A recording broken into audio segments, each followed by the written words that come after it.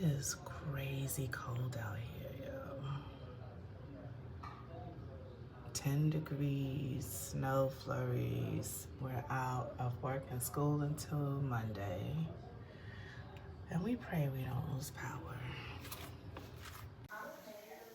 And that's because it is probably like, feels like 5 degrees outside and the house is 68 degrees.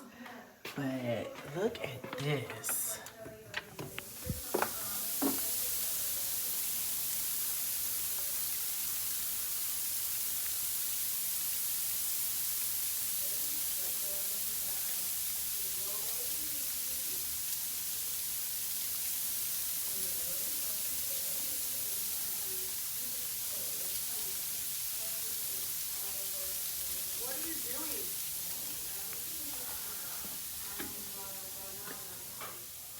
Woo.